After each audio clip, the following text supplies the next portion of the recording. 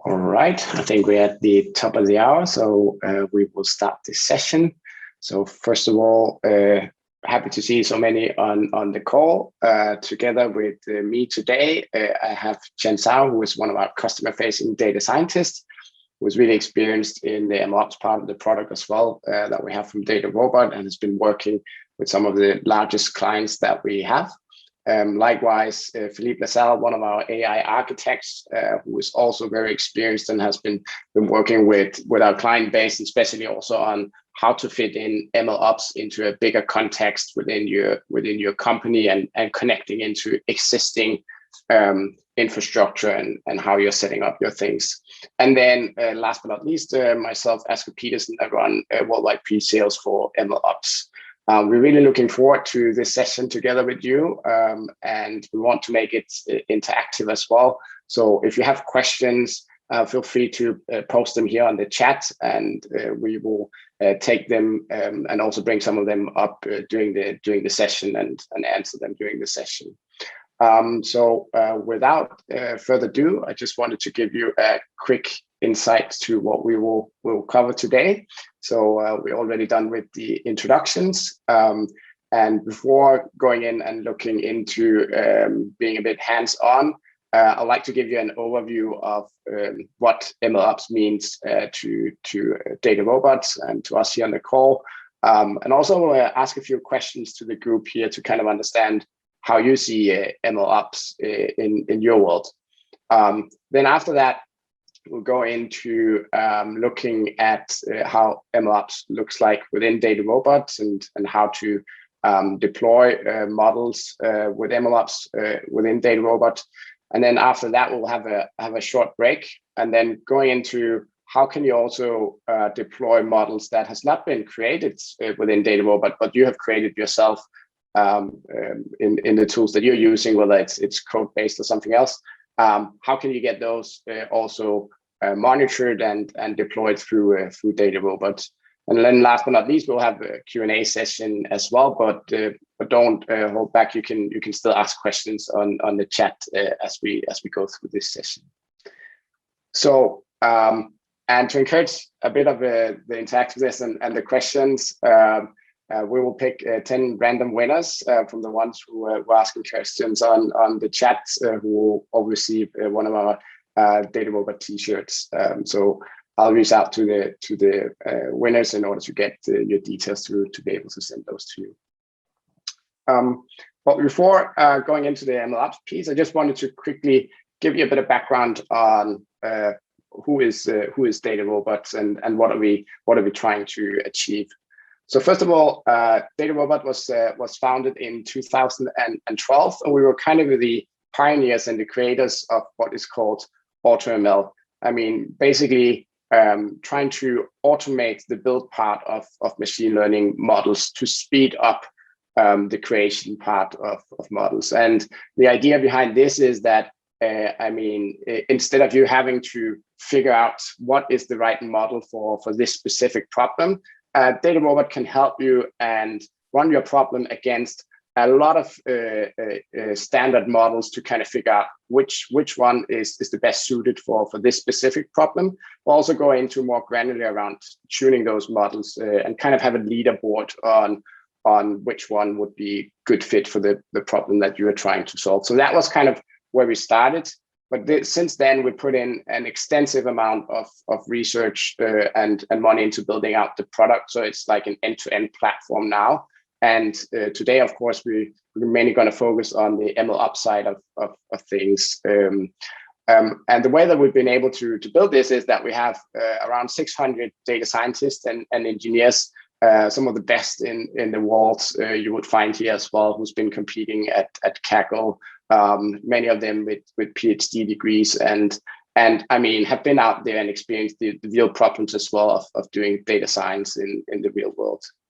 And then, of course, alongside the product, I mean, we are really focused on bringing value to our customers. And I think that's quite aligned with what we're going to talk about today as well, because MLOps is essentially the piece where you move your experimental model into production. And before you do that, you're not really going to get any value from it, right?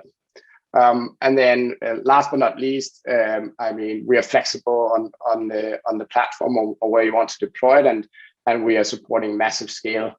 So I mean, 40 plus models per second. So just like while I covered that slide, we have probably had thousands of models being created behind the scenes on our platform. So without spending too much time on that, I really want you to go into this link. You can either use your phone and just scan the QR code, or go to slido.com/MLOps world. And I want you to answer the question that you see here on the screen. What does MLOps mean to you? And then hopefully what we'll get here on the screen is a nice word cloud of what people actually think MLOps is. And maybe I could also just ping everybody the link here in the chat so you have that.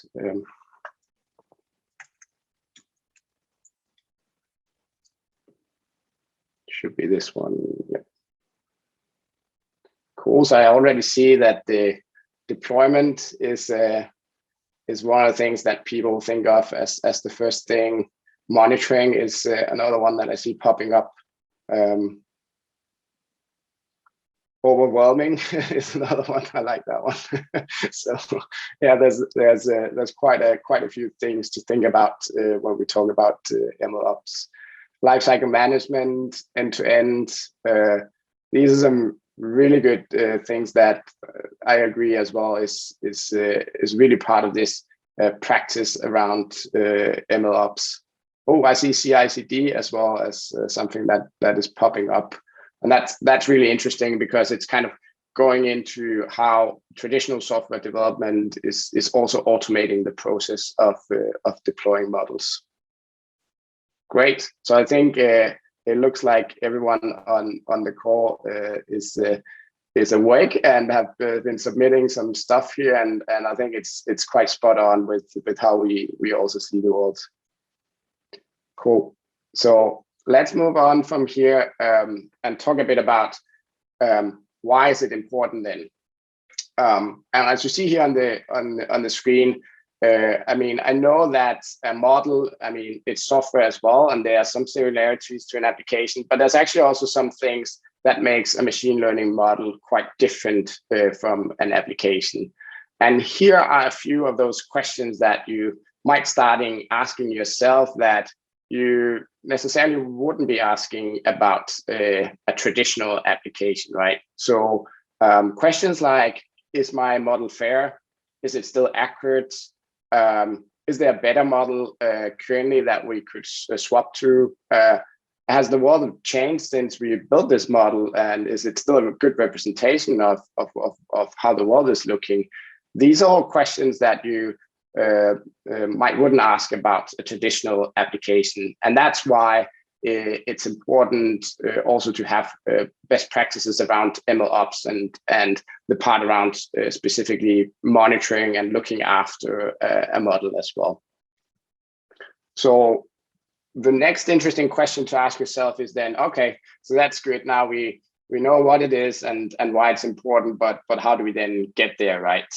Because many companies out there on their AI journey is struggling to get things into production. And that's also what we've been seeing out there talking to companies around this topic. And one of the things that we've seen quite often is that there's this kind of like production gap where we have data science team in multiple parts of the business, and they're using different tools to build out data science and build these machine learning models. Some will use Python, some will use Go, R, some will use Datarobot, but it's kind of like a good mix of different tools that they're using. And then on the other hand, once these models then needs to go into production, we have the IT side of things where you also see a great mix of technologies there where you can deploy these models, whether it's in the cloud or on premise, whether it's containerized on Kubernetes or Docker, or if it's on Apache Spark, for instance, or Datarobot in this case. I mean, there's many different options, and these two teams or groups of people are not necessarily talking the same language here, right? Because it's a different tool stack that IT is looking at versus how these models are being built. And that's what we mean by the production gap. So how do we then solve that? How do we overcome that problem? And that's where we believe that we kind of need an abstraction layer in between.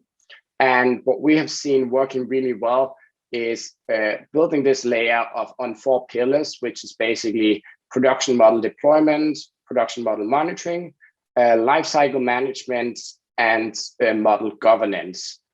And let me dive into those in a bit more detail.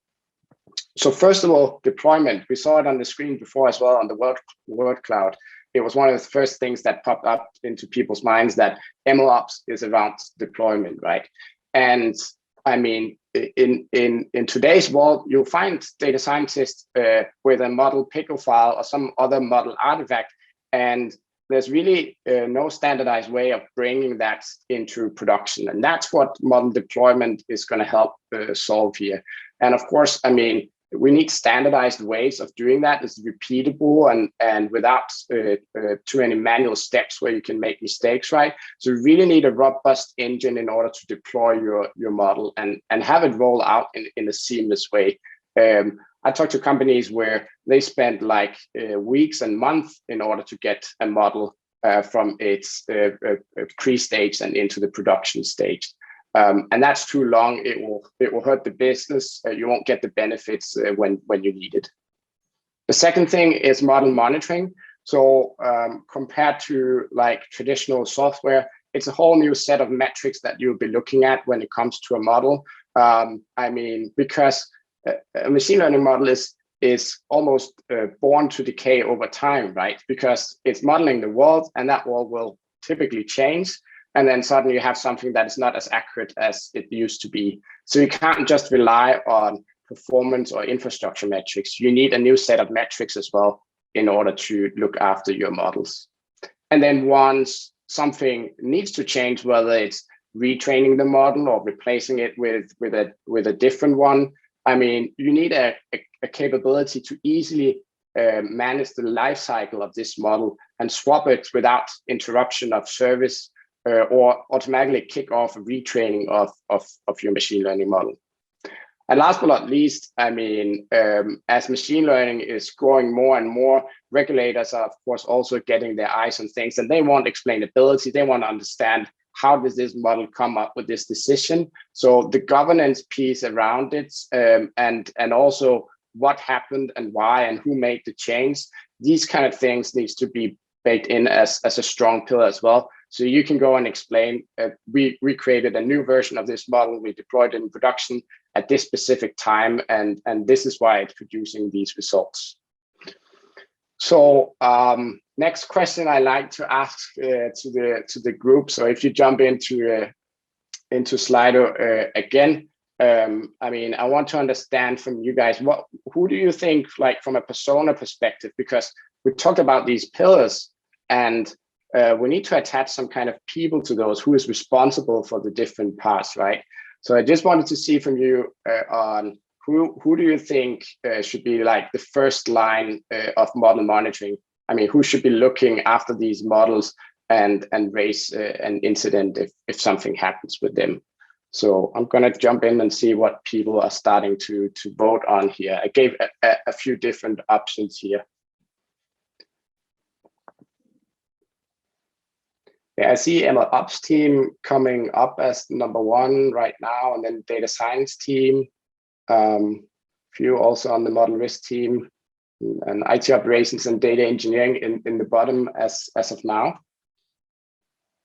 That's quite, I think this is quite interesting, because an MLOps team, I think that could be a really good option.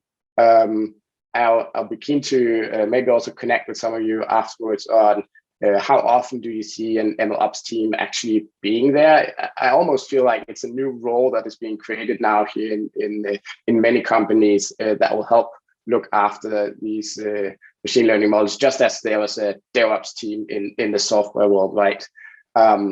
But I was also thinking maybe IT operations could be a good option to kind of be that first line that would look from a high level in order to identify, is this a problem with the infrastructure, or is this a problem with the machine learning model? Because we don't want to bother an MLOps team or a data science team if this is actually the infrastructure that is having a problem underneath, right? So really interesting, and thanks for voting here. I think there's some good options here on the screen. So I mean, MLOps is in our view, they're not only about technology, it's also about providing best practices and being able to scale and have the governance, of course, baked in. And it's almost like a field that we see being the crossover of traditional data science and IT. And then in the middle, you have this overlap of MLOps. Before jumping into Chen's first session and after that Philippe's session, I just wanted to cover from a high level what it is that you're gonna see, so you can follow a bit easily. So when we talk about the Datarobot and the capabilities that we have, one way is that you can decide to deploy your models with Datarobot, or you can also decide that, hey, I'm going to use a different approach of deploying my models. And you can, of course, decide whether you then want to run these machine learning models on Datarobot infrastructure, or if you want to run them on any other infrastructure, whether that's in the cloud or on-premise. And what you hear from Chen and from Philippe will be around what we call Datarobot models, which is referring back to the AutoML, which I mentioned in the beginning, where these are models created inside Datarobot using no code, but basically giving the data set, and then Datarobot will come up with the best model. But you can also bring in your own code-based model into Datarobot and basically deploy it through Datarobot, again, either on our infrastructure or in your own infrastructure of choice. And actually, you can also take these models that Datarobot has created with AutoML and deploy those in any infrastructure that you have. And finally, you can, of course, take your own model, deploy in any infrastructure through Datarobot and get the monitoring and the benefits of that. And last but not least, you can still monitor your models through Datarobot if it's deployed outside Datarobot. And I mean, it's a code-based one, it just runs somewhere, but you just want to hook it up and have it start reporting metrics into Datarobot MLOps. So these are the options that we will cover here as part of going into the actual product. So I don't see any questions on the chat yet, but feel free to jump in, especially if you want to have that free t-shirt as well, right? So, but without further ado, I'm going to hand it over to Chen, who will take it from here. Okay, thank you, Asger. Let me share my screen to start with. Okay, I think you can see my screen now. Yeah, from Datarobot side, actually, we are the end-to-end platform. So end-to-end, which means we can help you from the data and all the way down to the model deployment and implementation, and we can also help you to build so many different applications on top of that. So in today's demo, actually, as a typical data scientist, I just would like to walk you through two different scenarios. As Asger mentioned earlier, the very first scenario is I'm going to use Datarobot to automate everything. So which means I'm going to use Datarobot to automate machine learning to build the model for me. And I'm going to use Datarobot's MLOps to deploy the model for me and then to do the model monitoring afterwards. And another scenario after the short break is, I'm going to build everything outside Datarobot. So which means I'm going to use open source machine learning library in Python to build my own machine learning pipeline from there. So once I finish building my own machine learning pipeline outside Datarobot, I'm going to hand over all my models to Philippe, and he can help me to do the deployment with Datarobot's MLOps platform.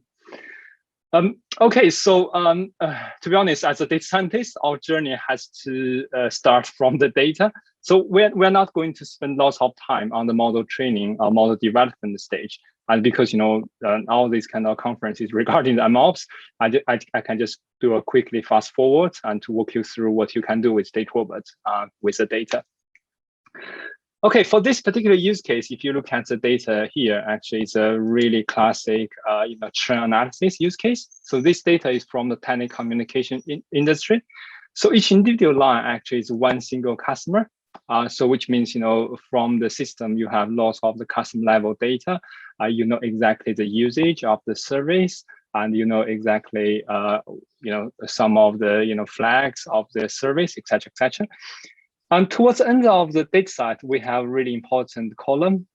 It's a kind of flag.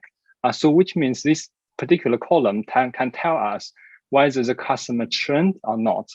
So which means, this is our target variable. And, this is also the flag from the historical data to tell whether the customers left the service or not.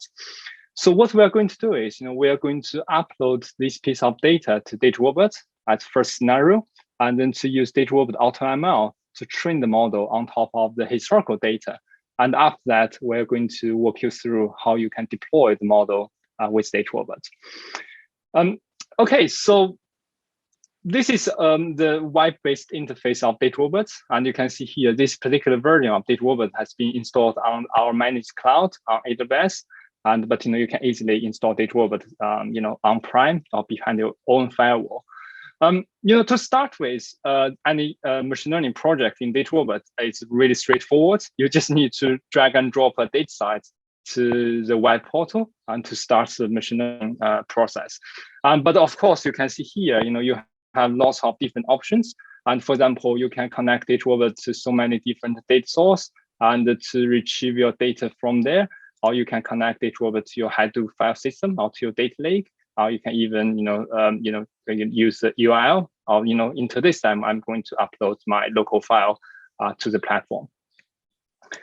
Yeah, you can see here, after uploading my churn data set, the data you have seen before to the Datarobot platform. On the right-hand side, we already done some exploratory data analysis, and you can see, how the distribution looks like from your data. You can do some very basic visualization.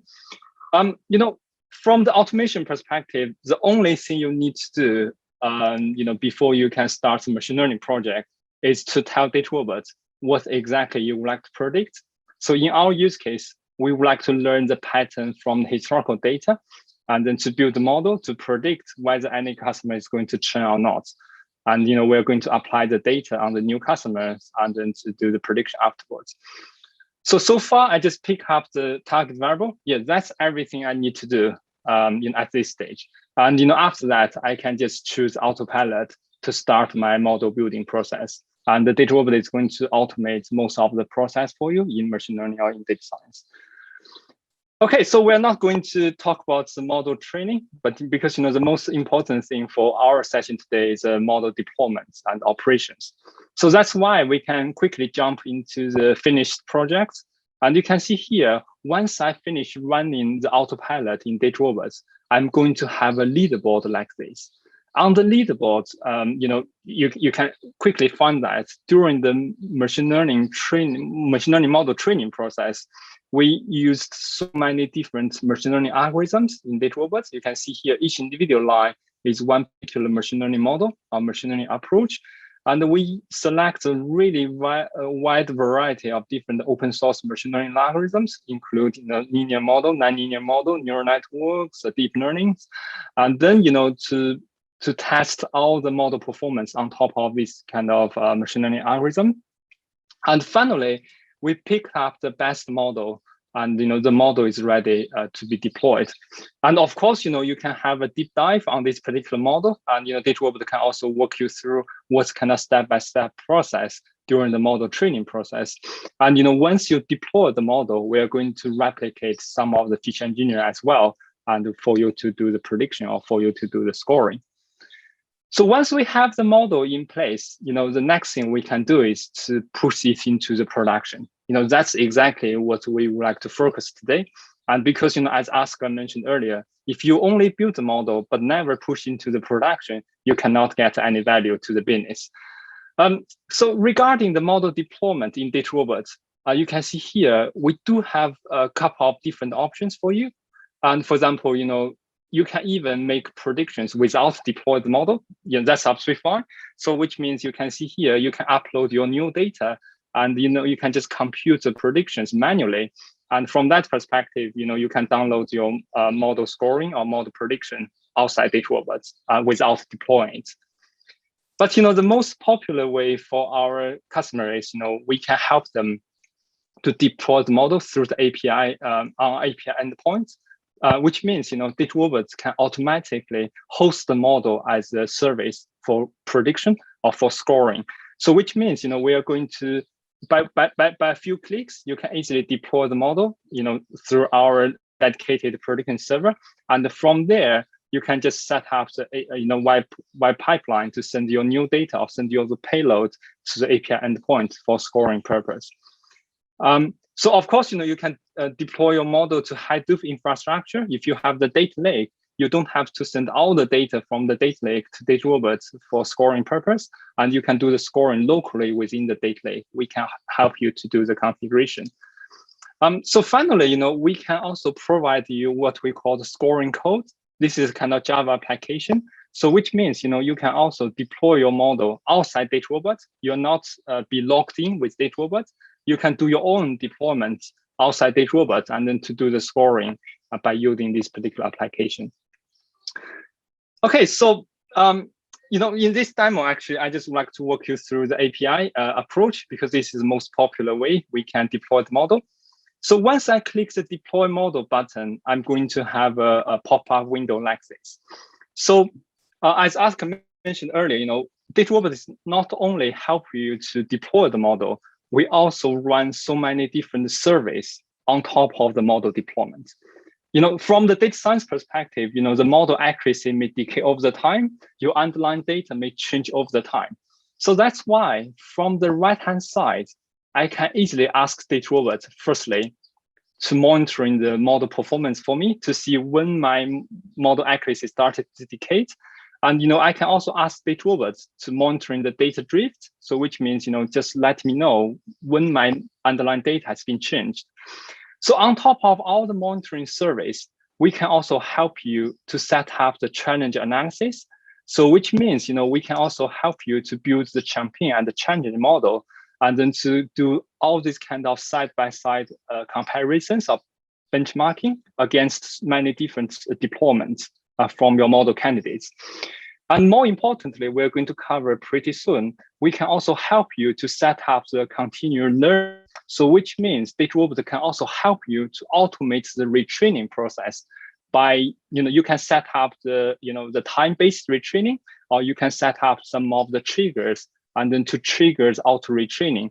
And you can, from there, we can also help you to do the model lifecycle management or to do the replacement of your existing model in order to keep most up-to-date model in place in your production environment and for your prediction service. Okay, so once I configure everything, I can just create deployments. And another thing Datarobot can also help you to do is, especially for some highly regulated industry, we can also help you to set up the model approval workflow. So which means as soon as you create the deployment, we are not going to push the deployment directly to the production. And we're going to send the model deployment to a model risk review team for approval. So which means, you can have the full control of your model deployment workflow. And, you can have these kind of guardrails and in the model approval, in the model deployment pipeline as well.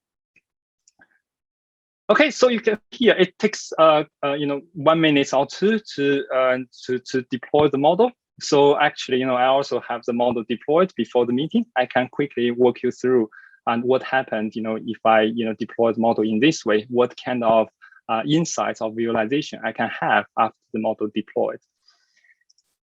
Okay, if you use Datarobot to deploy your model, and if you use Datarobot to manage your model, and you're going to have access to this really nice dashboard. We called, you can also call it model deployment inventory. So each individual line here is one single deployed model. And from really high level, we can give you some really high level statistics. For example, on this particular account, how many deployments I'm currently managed. And over the last 7 days, how many total predictions has been made from all these models, because this is a live environment. And from the monitoring perspective, we can look at the model performance from the data science perspective. We can also look at the server performance from the IT perspective. Okay, so let's have a deep dive on one particular deployment. And you can see here, this is a model I just deployed, from the train use case. So when you click this particular deployment, and we're going to give you the quick overview. And for example, what exactly the environment has, the model has been built. Maybe it's from Datarobot or outside Datarobot. And if it's in Datarobot, what exactly the machine learning algorithm we used. And once you click the link, you can go back to the Datarobot model, Datarobot project, to have a deep dive from there. And from the right-hand side, we also keep all the lineage of the model governance. So which means we know exactly who created this model. And this particular deployment has been reviewed by which particular team member in the model reviewing team, and who approved it, and whether you replace the model, whether you change the model, whether you update the model, since the model has been deployed. So this is give you the quick overview of the historical, change on the model, and also give you some information of the deployed model. So now we can look at the model performance, firstly, from the IT perspective. Because we are currently hosting the model on the API endpoint. For this particular model, we are using Datarobot's server, for the prediction purpose. So from the IT perspective, you can look at how many total predictions over the time on the particular timeline, and we also calculate what's average response time for each individual prediction, or whether we have any errors from data perspective or from the system perspective. And on top of these kind of high-level statistics, and you can also look at the model, the service health by looking at different front-end user. The reason for that is you can issue different API tokens to different front-end user or front-end system, and you can also look at the performance by the front-end system or front-end user as well. So another thing, actually, if you have a load balancer on top of the model prediction, and you can also look at the performance for each individual instance in that particular load balancer to see whether you have the throughput issues and whether you have some bandwidth issues from the prediction. Which means if you have the real-time use case, if you need to handle the high volume concurrent requests, and here we can give you the really good insights and for you to decide whether you need to scale up or scale down your prediction server from the IT perspective. But as I am a data scientist, the most important thing for me to consider is whether my model is still valid, whether the model performance is still at a really good level. So from the data science perspective, we know that one of the biggest reasons for the model accuracy decay is your underlying data has been changed. So that's why Datarobot can give you a really nice monitoring service we call data drift. If we start from the right-hand side, for each individual input features in your model, what Datarobot can do is we can compare the distribution of that particular feature between your new data for scoring and your data which you used for the training purpose. So you can see here, actually, I can easily compare my new data with the data I used to train the model to see whether underlying data has been changed. So this is only some of the visualization, but from the statistical point of view, we can also calculate by using some of the matrix to see exactly what's the difference between these two distributions. And then we are going to plot the data drift on the left-hand side. Okay, so in addition to the data drift, we also need to understand how severity or how critical the data drift is. So that's why we also plot the data drift against the feature importance. So which means if one of your most important feature has the biggest drift, that's a potential critical event. And because your model is not as accurate as you expected. So we can easily identify whether any particular drift is a critical drift or not. Okay, so this is only monitoring service, but as soon as we find any critical events happened, we always want to be notified. So on top of the monitoring service, we can also help you to set up the notification service. So you can see here, in the monitoring settings, you can tell Datarobot what particular threshold I would like to set up for receiving this kind of email notification, or we can also help you to set up integration with your internal messaging system. So in that case, if we identify any critical events happened from the data drift perspective, data scientist or data engineer or MLOps team members will get notified through the email or through the message. Okay, so yeah, we only look at the one particular aspect is data drift, but actually, another thing, most data scientists really interested about is, what about the model accuracy? So you can see here, actually, on top of your data drifts, we can also set up the monitoring service for the model accuracy. So which means, Datarobot can help you to set up the two-way feedback loop. You can always upload your actual data to Datarobot. What Datarobot is going to do is we are going to compare your actual data with what we predicted. For example, when we predict the customer is going to churn, and after a couple of weeks, after a couple of months, you know exactly whether the customer churned or not. And you can always compare your actual data and with what we predicted. And then from there, we can help you to build the model accuracy over the time. So we keep comparing the model accuracy with the accuracy when you train the model. And if you can also set up the particular threshold here, if your model is getting worse, maybe 20% worse or 30% worse than your training results, and we can help you we can send you the notification and you can decide what action you need to take afterwards. Yeah, as always, you can always set up the notification from the settings tab. Okay, so far it's only for the monitoring, but for most of the models, once we have the data drift or once we have the model accuracy decay, the next thing we really want to do is to retrain the model by using the most recent data. So from that perspective, you can see here, Datarobot can also help you to automate the retraining process. So which means what you can do is you can easily set up the policy for each individual models. You can see here for this particular model, I already deployed, and you can also set up the retraining policy. For the retraining policy, and it can be time-based. So which means, you can automate retrain your model on a regular basis. And, you can also set up the retraining, which is accuracy-based or data drift-based. So which means if we identify any critical events for the data drift or for the accuracy decay, we are going to retrain the model automatically. So from the model retraining perspective, you can also figure out whether I still want to use exactly the same modeling approach to do the retraining, or whether I want to run the autopilot in Datarobot completely to select the best model from leaderboard and for my best retrained model. So after you retrain the model, you can also decide, what actions you would like to take. For example, whether you would like to replace your old model with your retrained model to do the model lifecycle management automatically, or whether you would like to add your retrained model as a challenger model, compare it with your original model to decide whether you would like to replace your old model later on.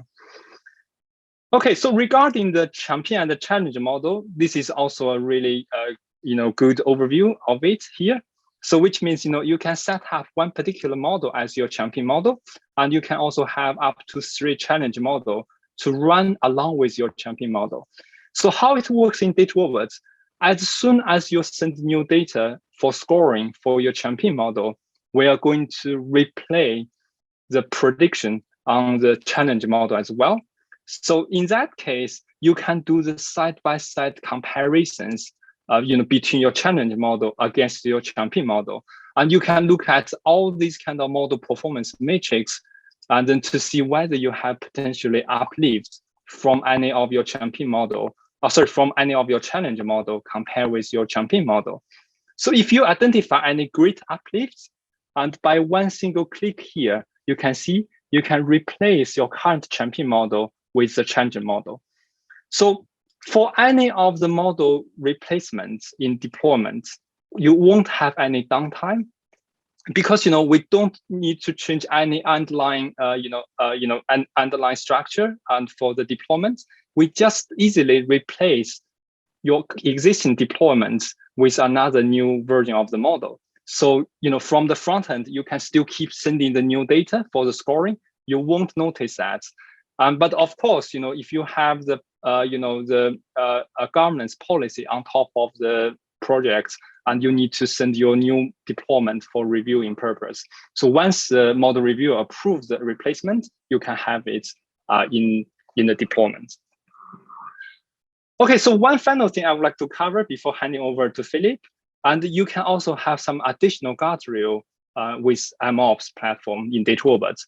So which means you can set up different triggers to put additional guardrails on your prediction. And because if you think about from the business perspective, if I have any outlier in my new scoring data and the prediction may be highly biased, and because if I have never seen that data before, when I train the model, the prediction maybe is not in line with what I expected.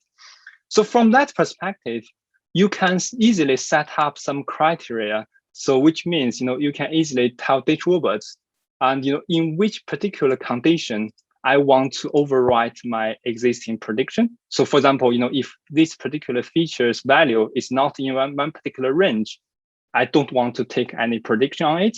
I just return the error. Or you can even overwrite your prediction by a particular value if you like. So in this case, you can have some additional guardrails on top of your overall deployment, and which means before you retrain the model and before you replace your model, you can still have these kind of guardrails on top of the prediction in order to avoid the bias from the prediction side. So one final thing, actually, you can easily set up different integrations with your existing system. So you can see here, you can easily set up the write back function. Once we finish the scoring, once we finish the prediction, you can write back the results to your database. You can set up this as part of your CI/CD process as well, which we can cover that later. But of course, from the typical engineering perspective, you can easily use our API tokens with endpoint to do the predictions from there. So that is what Philip is going to cover in his session. Okay, hand over to you, Philip. Thank you very much, everyone, for your attention. Yes, thanks. So everyone should be able to see my screen. Let me know if that's not the case. So I would like first to show you how you can consume predictions from a model that has been deployed through Datarobot. And it will be the same for any model. It could be a Datarobot model, that's the use case we'll be following just right now, but it could be also a model you have built outside of Datarobot. You'll be able to consume any model through Datarobot through the same endpoint and the same API and using the same code. So here, so you see exactly the same thing Kian was showing you. It's the deployment tab, so where you can see several deployments.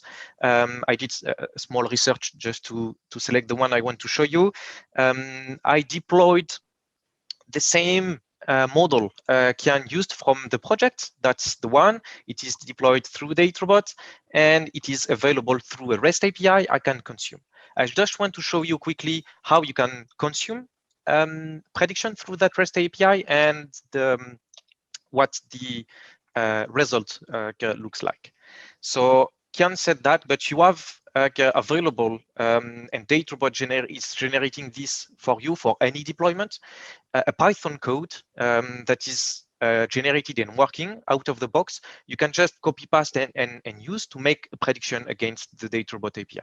Of course, it's not mandatory to use that code. It's just a working example, but it's quite convenient to have a working example automatically generated by Datarobot for any deployment.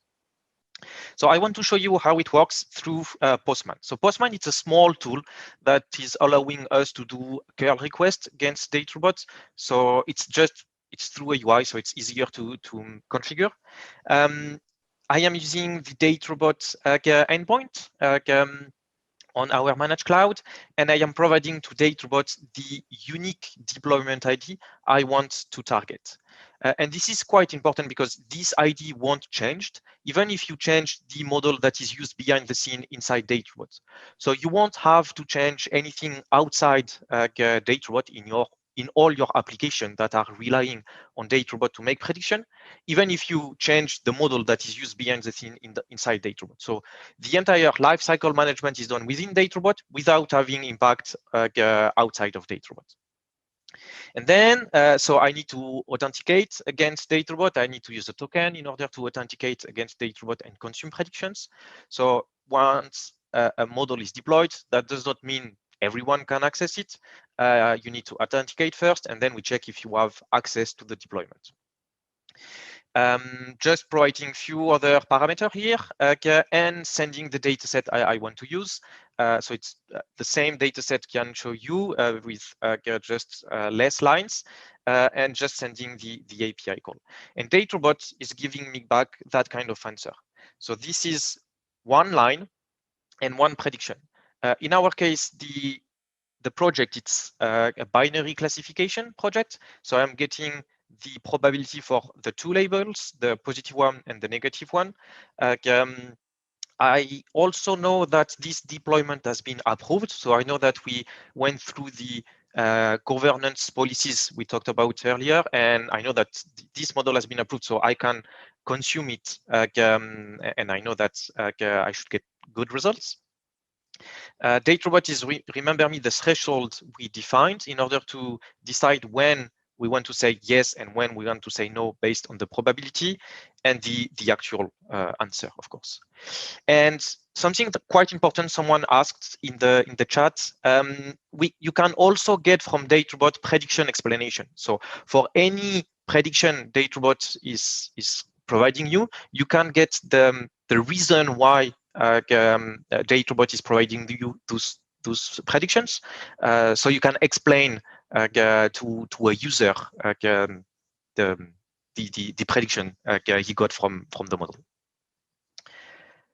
Okay, so now what I want to show you is, so we just show you how you can take a Datarobot model and deploy it within Datarobot.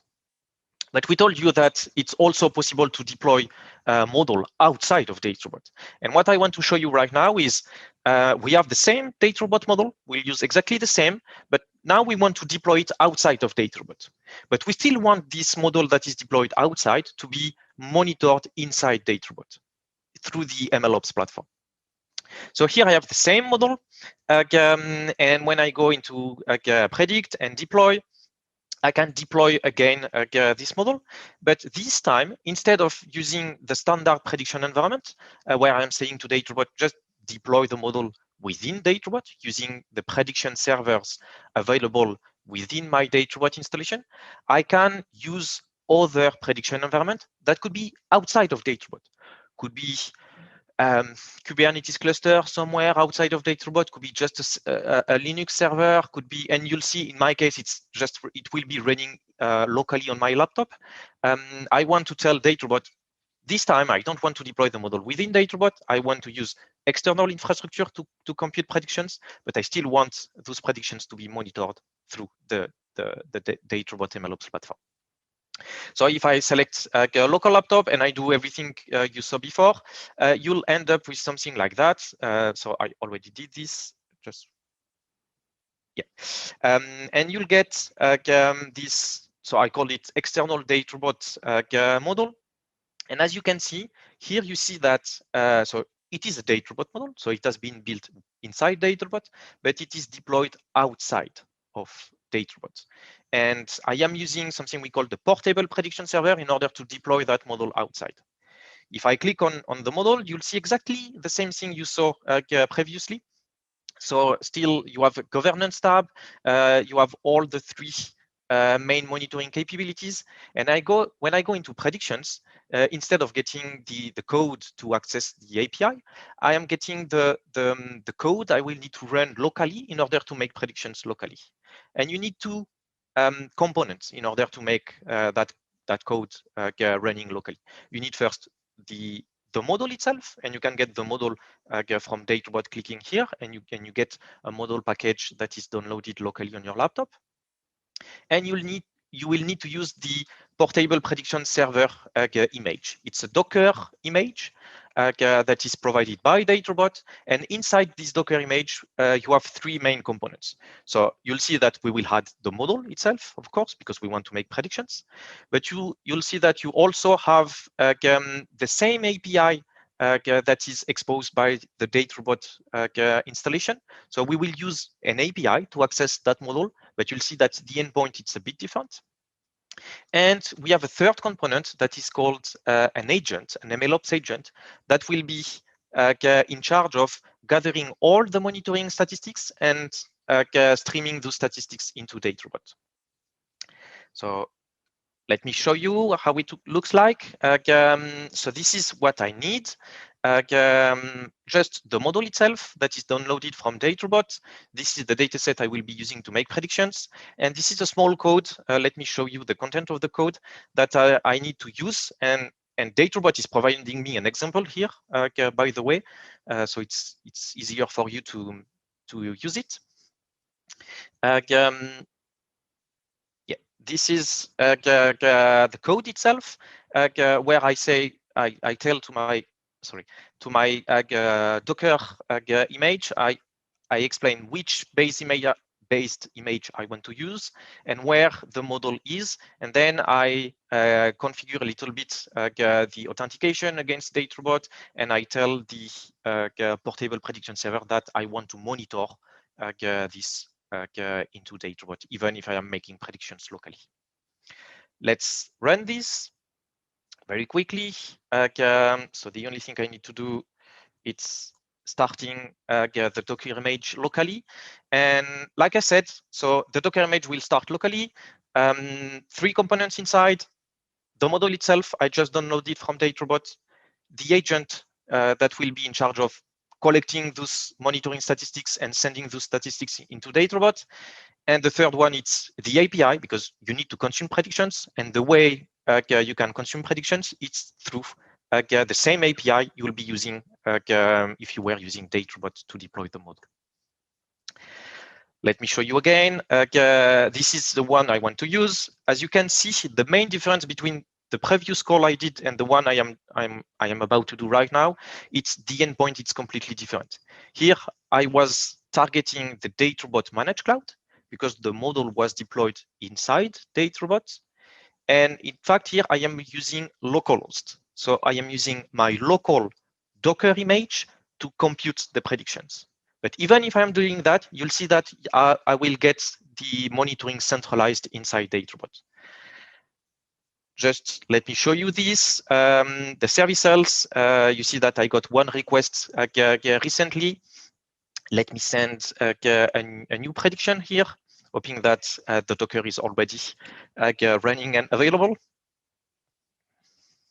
And so here I'm making predictions locally.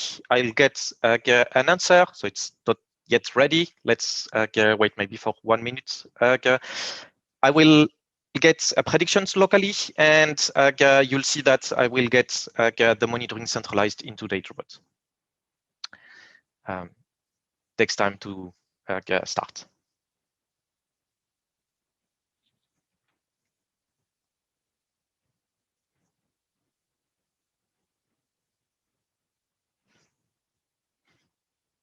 Yes. So as you can see, I got the same type of predictions, but this time I was making predictions locally.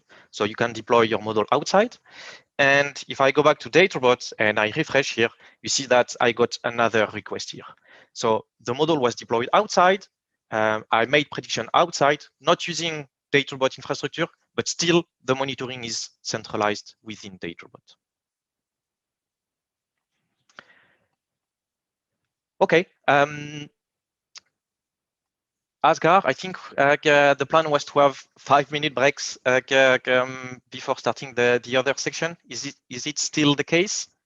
Yeah, we will go for we will go for 3-minute breaks if that's all right with everybody. So a small break if you need to grab a coffee or a bite break, then I have started the counter, so I'll see you back in 3 minutes time. Thank you, Philippe. Thank you, Chen.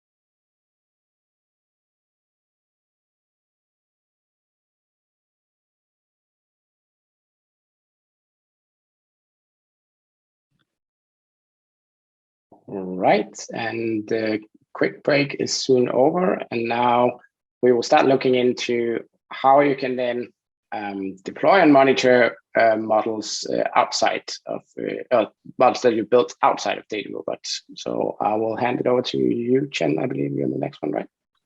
Yeah, thank you. Yeah, let me share my screen again. Okay, so in this particular session, what I would like to walk you through is a typical scenario for most of the data science team in organization. So which means, some of the data scientists, they just like to build the whole model training pipeline from scratch. So which means, you can always build all the models outside Datarobot by using your favorite programming language.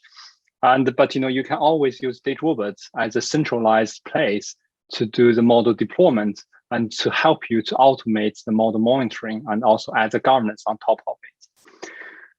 Okay, so to start with, for most of data scientists, we need, for example, the Jupyter Notebook to start with, because that's our live environment.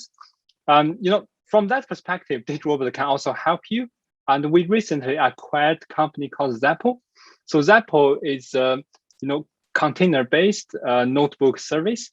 So from Zappo, you can easily choose the different size of the containers and then depend on what exactly you need for your project. And also from there, you can create your own images And for example, I need Python, R, and Spark in this particular environment. And you can easily spin up the Jupyter Notebook instance really easily from there. Okay, so once I have my environment ready, I can start building this kind of model building pipeline from scratch. And you can see here, in this particular example, what I have done is I'm using a really popular Python machine learning library called scikit-learn, and I just built everything from scratch.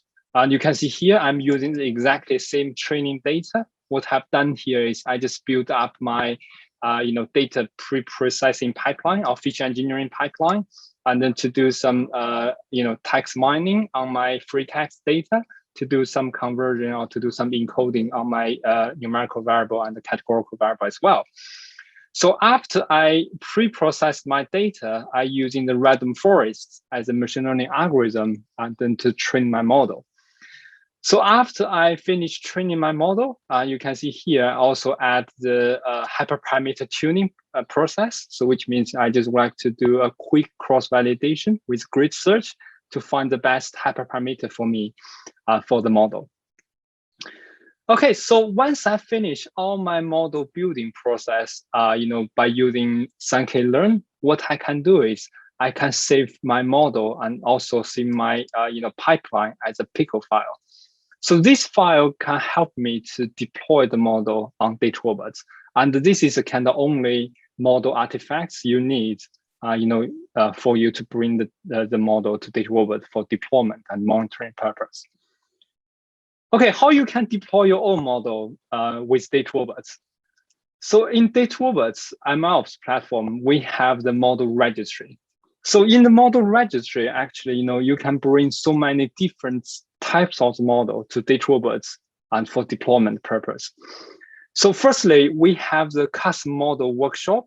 The workshop is to help you to set up your own environment and also help you to upload your own model artifacts to the platform. So from the environment perspective, and you can see here, we have different building environments. So which means, if you train your model in any of these particular environments, you can easily use a drop-in environment in Datarobot to deploy your model.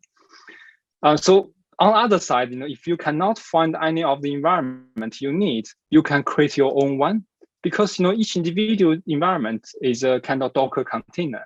So which means all you need to do is just upload the Docker file to Datarobot, and we can easily build one particular environment for you to bring your own model to Datarobot for deployment purpose. Okay, once I have my environment, I can easily add my model artifacts and as a new model in Datarobot. So you can see here, actually, when you add your custom model, and we can ask you whether you would like to bring your model for deployment purpose, we call it inference model, or whether you would like to bring your model for training purpose. So which means you can always add your own model to the leaderboard in Datarobot and compare your model performance with other Datarobot model, if that's something you also want to do. Okay, for today, we only focus on the inference model. So which means I train my model outside Datarobot. I just need to bring my own model artifacts to Datarobot for deployment and monitoring purpose.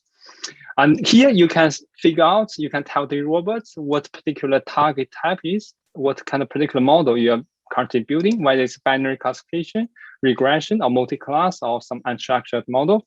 And you just need to tell Datarobot what is your target variable, and if it's binary classification, and what's a negative level and positive level from there. So which means we need some basic information from your own model, and before we can deploy it. Okay, so this is a kind of example I just built, which means I upload my model artifacts. I also add really simple script and then to do a little bit data preparation. So you can see here, actually, Datarobot can provide you a platform to bring your model artifacts to the Datarobot.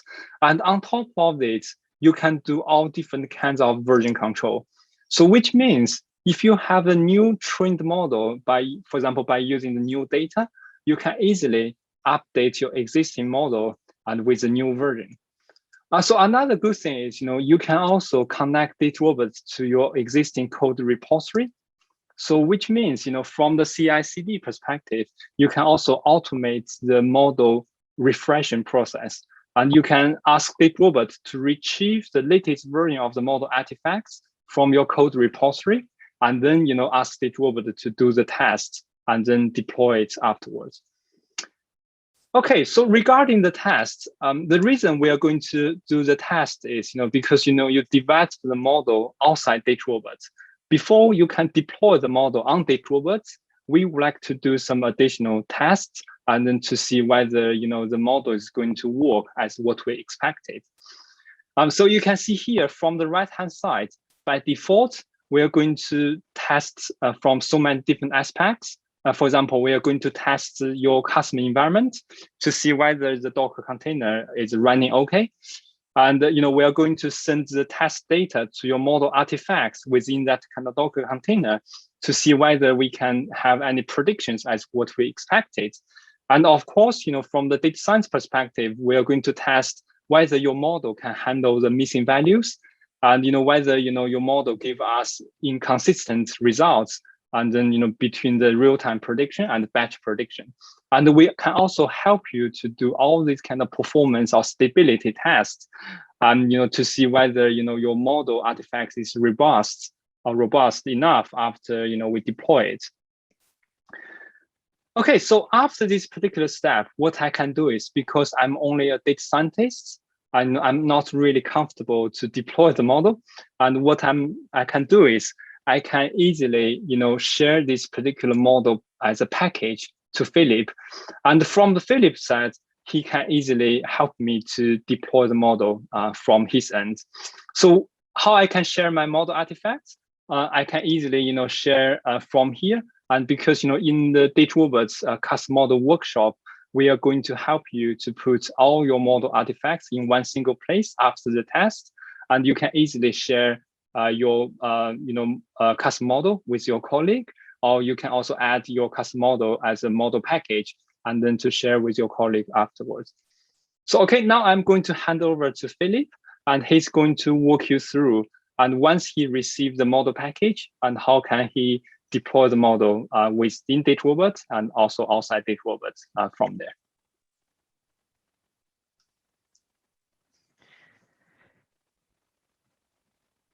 Yes, so maybe just before I show you how you can deploy something, there is a very cool feature. I believe it's a very cool feature. So can show you that the only two artifacts you need to upload inside Datarobot in order to deploy a model, a custom model, it's the model itself. So if you are using Python, it would be a pickle file, but we don't support only Python, right? You could use R, you could use Java, I mean, almost any kind of open source library and code will be supported through Datarobot. You can also upload the custom.py. So here you can put any logic for pre-processing and post-processing steps. And to me, the cool feature is you can also upload a small data set called requirement.txt, where you put the list of the libraries you need in order to execute the model. And then Datarobot is checking automatically if those libraries are already available inside the environment you choose. And if that's not the case, you can ask Datarobot to build that environment for you. So even if you have data scientists who are not very comfortable with Docker, for example, they don't really need to care about this. They just need to provide the model itself, maybe some pre-processing and post-processing steps, and the requirements. And Datarobot will then build the environment for you and do all the integration tests just to make sure that the model will be stable enough to be deployed into production.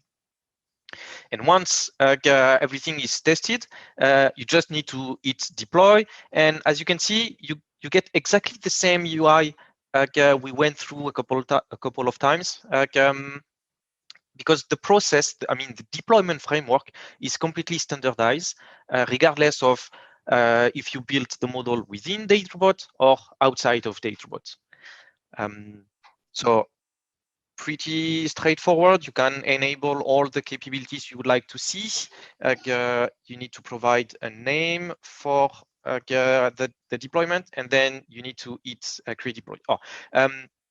There is also one thing you need to provide if you want Datarobot to give you the data drift capability. It's the training data set you used outside of Datarobot to train the model, because we will use this to give you the data drift monitoring, when we compare the distribution between the training data set and the data we are currently using to make predictions. So I can get this from the local file. This is the one. And the dataset will be uploaded into Datarobot, and then I will be able to hit the create deployment and will be able to deploy the model like any other model. And you will see that there is not real difference for the end user between a Datarobot model and a non-Datarobot model. They will be both available through the same API, and you will have access to the same capabilities in terms of governance, monitoring, and lifecycle management tools. Yeah, let's maybe not wait and switch to one I already deployed. There is another capability, right? So far we talked about Datarobot models deployed inside Datarobot, Datarobot models deployed outside of Datarobot. We just talked about a custom model you built outside Datarobot, you deployed inside Datarobot.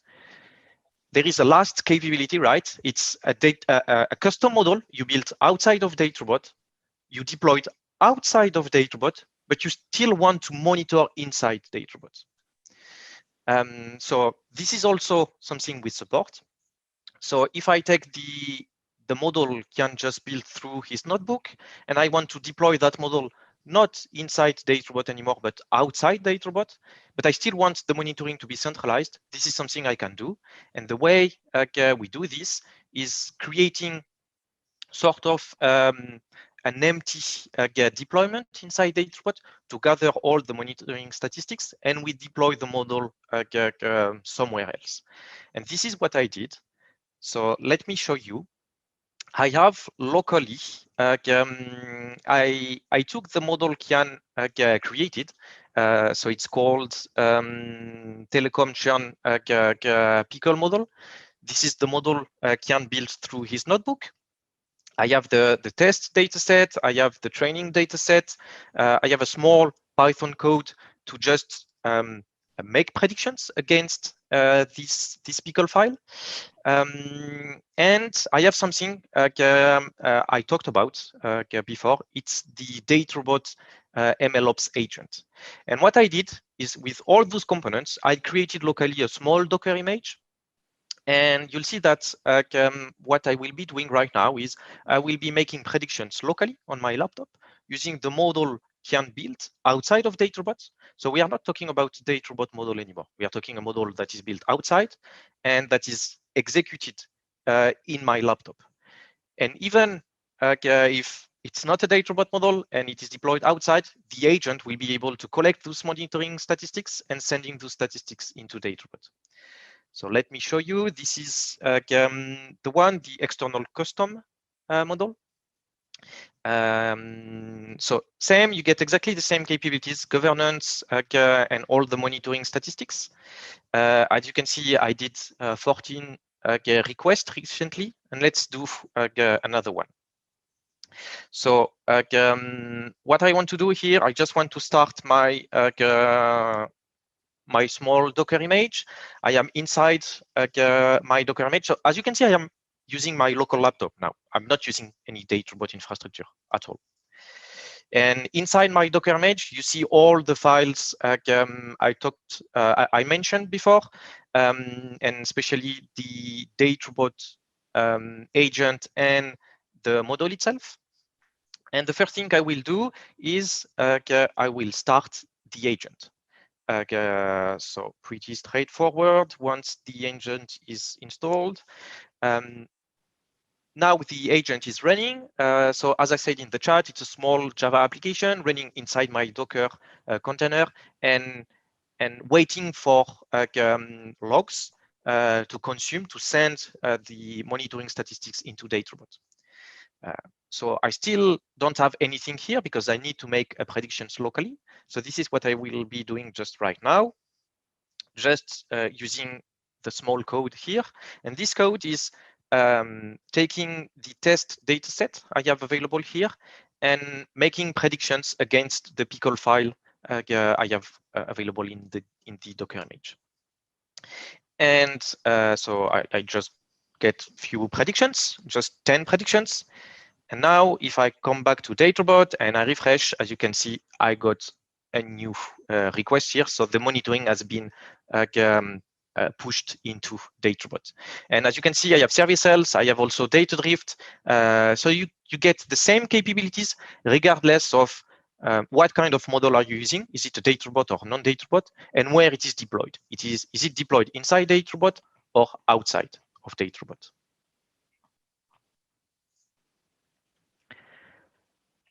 Okay, so I think that's it. Asger, maybe do we allow people to ask questions? Yes, so let me just share my screen. Here we go. So anybody having questions, feel free to ping it on the chat or unmute yourself if you're able to do that, or else I can maybe unmute people. So that's a question from Jared. Can you also use the same kind of integration for models deployed into Azure ML or SageMaker, so monitoring in Datarobot? Philippe, you want to take that one? Yeah. So the answer is yes. We don't really care where your model is deployed. You'll be able to take this agent and deploy the agent close to the location where you deployed your model. And then as long as you have connectivity to the Datarobot installation, the agent will be able to stream the monitoring into Datarobot. So it's all about flexibility. We want you to use the best infrastructure, the one that make more sense for you and for your use case. So if it's outside of Datarobot, I mean, that's fine. Just use the agent and you will centralize everything. I mean, all the monitoring inside Datarobot. Thank you for the question, Jared. Anybody else who has questions? I do believe that people should also be able to unmute themselves if they want to. Here we have another one from Rajiv. When I'm using only MLOps service from Datarobot, is it licensed differently? So yes, that's correct. So if you're only using the MLOps piece, you don't need to have any license covering the AutoML part of the Datarobot product. Great. Then when while people are maybe thinking about more questions, I just wanted to show you as well a few great links on where you can learn more.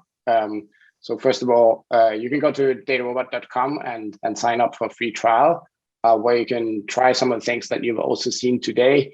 Basically, for instance, using our agents in order to monitor your own model and see how that looks like in Datarobot.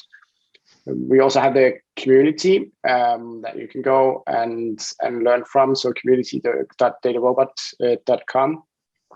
And then we also have actually some free MLOps course that you can take at university.datarobot.com along some other free courses as well. But of course, here we're going to highlight the MLOps one.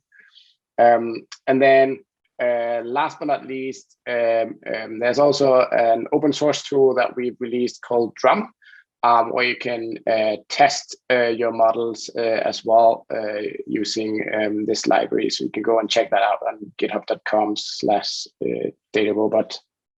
Natasha, if you're interested in knowing the cost for subscription, and then just ping me, I'll send you my email that we can talk about that. Yeah. So that was a question from Natasha on what the cost is. Yeah.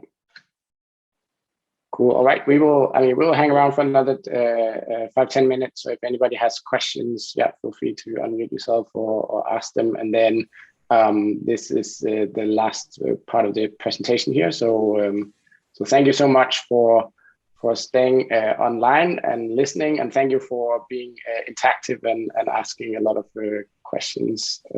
really appreciate that. Yeah, I just want to thank everybody for joining, and thank you so much, Asger and the team. It's been great. Datarobot's been a sponsor for this year and this session, so we're really grateful for that as well. So thank you so much, everyone. And we'll send the videos after. We usually do a little bit of light editing. We'll collect some of the resources that were shared, and that will be sent to everybody post-event. So yeah, thanks again, and I'll let you ask any additional questions for the last couple minutes here, and then we'll wrap up probably in about 10. And then tomorrow and Thursday, we're joining on the Hopin platform. So for those who have registered for the conference, please check your email for a link from Hopin so that you can join. The platform's actually open. We have some polls, and you can get some sponsor booth swag and win prizes and so on. So I hope you get a chance to join. Anyways, thanks everybody. Enjoy the rest of your day, and we'll speak soon. Thank you so much. And I see a question more from Natasha. Do you think this means more data scientists will move into deploying models as it's easier, or are the roles still quite separate? So I guess, well, let's ask the data scientist, Chen. What do you think? Do you think more data scientists will deploy on their own, yeah. or will they? Yeah, that's a great question. So from the data scientist perspective, I think, you can be more independent. And because, if you would like to build your end-to-end pipeline, you're not dependent on the engineer anymore. So in that case, you can speed up your, project lifecycle. So which means, once you finalize your model, you can easily use Datarobot to push everything to production and then to see the response from the server side. Sometimes, it's great experiences for the data scientists as well, and then to see the real implementation of their work in the real business. And but actually, from the other side, we also have the loss of the guardrails governance on top of the model deployment workflow. So which means, the organization still have the full control of it. Yeah, hopefully it makes sense. Yeah. Yeah. And maybe to add to that as well, I think what this will basically help, making it easier, is that we will close that gap where the data scientist is not just showing up with a model pickle file, for instance, and then IT and the DevOps people will look at the data scientist and say, well, what I'm going to use this for? How am I going to put that into production, right? So it empowers the data scientist to come with something that's actually ready and production grade to be deployed. It's wrapped in an API. It's been tested and those kind of things, right? So I think this will definitely help empower data scientists to quicker move things into production, right? Whether they are still the ones pressing the final button or doing the final auditing, I'm sure there's, like, in many companies you have governance around that, and you have someone else than the data scientist as well overlooking that before it goes in. But it's basically closing that gap, because today in many cases just taking a notebook or a model pickle file and trying and get that into production, that's really difficult for the IT side of the business to work with. Yeah. And then Natasha, great question again on then how does the other roles feel about that? Well, I think actually, like, on the operation side, on the IT side of things, they're really pleased to see, like, that the data science part of the world is starting to mature and come with something that that fits into their world, right? So I think they just see it as a great change that is coming now, and that's essentially what they're used to from the traditional software world, right? In traditional software worlds, everything is packaged up in a way that IT can easier deal with it, right? So I don't think, if you're asking the question in a way, do you think other roles will feel sad about that the data scientist will own more of this? No, I don't think so, because right now there's just a gap that nobody owns, right? So I don't see that as a problem. Then Rajiv, I'm seeing an MLOps team also starting to showing up at customers these days. But yes, definitely. I think what we're kind of seeing starting to happen out there is that just as there was in the software world, DevOps was starting to be a thing, and you saw these DevOps roles coming in different companies. And we are seeing MLOps and ML engineers starting to play a bigger part in in different companies that want to mature in AI. So this is for sure something that we are seeing happening, Rajiv. Yeah. Great. I think if there's no more questions, I just want to thank everybody for joining. I want to thank Chen and Philippe for a great demo and presentation here. And then don't hesitate reaching out to us on LinkedIn or using our way to sign up for a free trial. And then I'll just wish you a great rest of the day.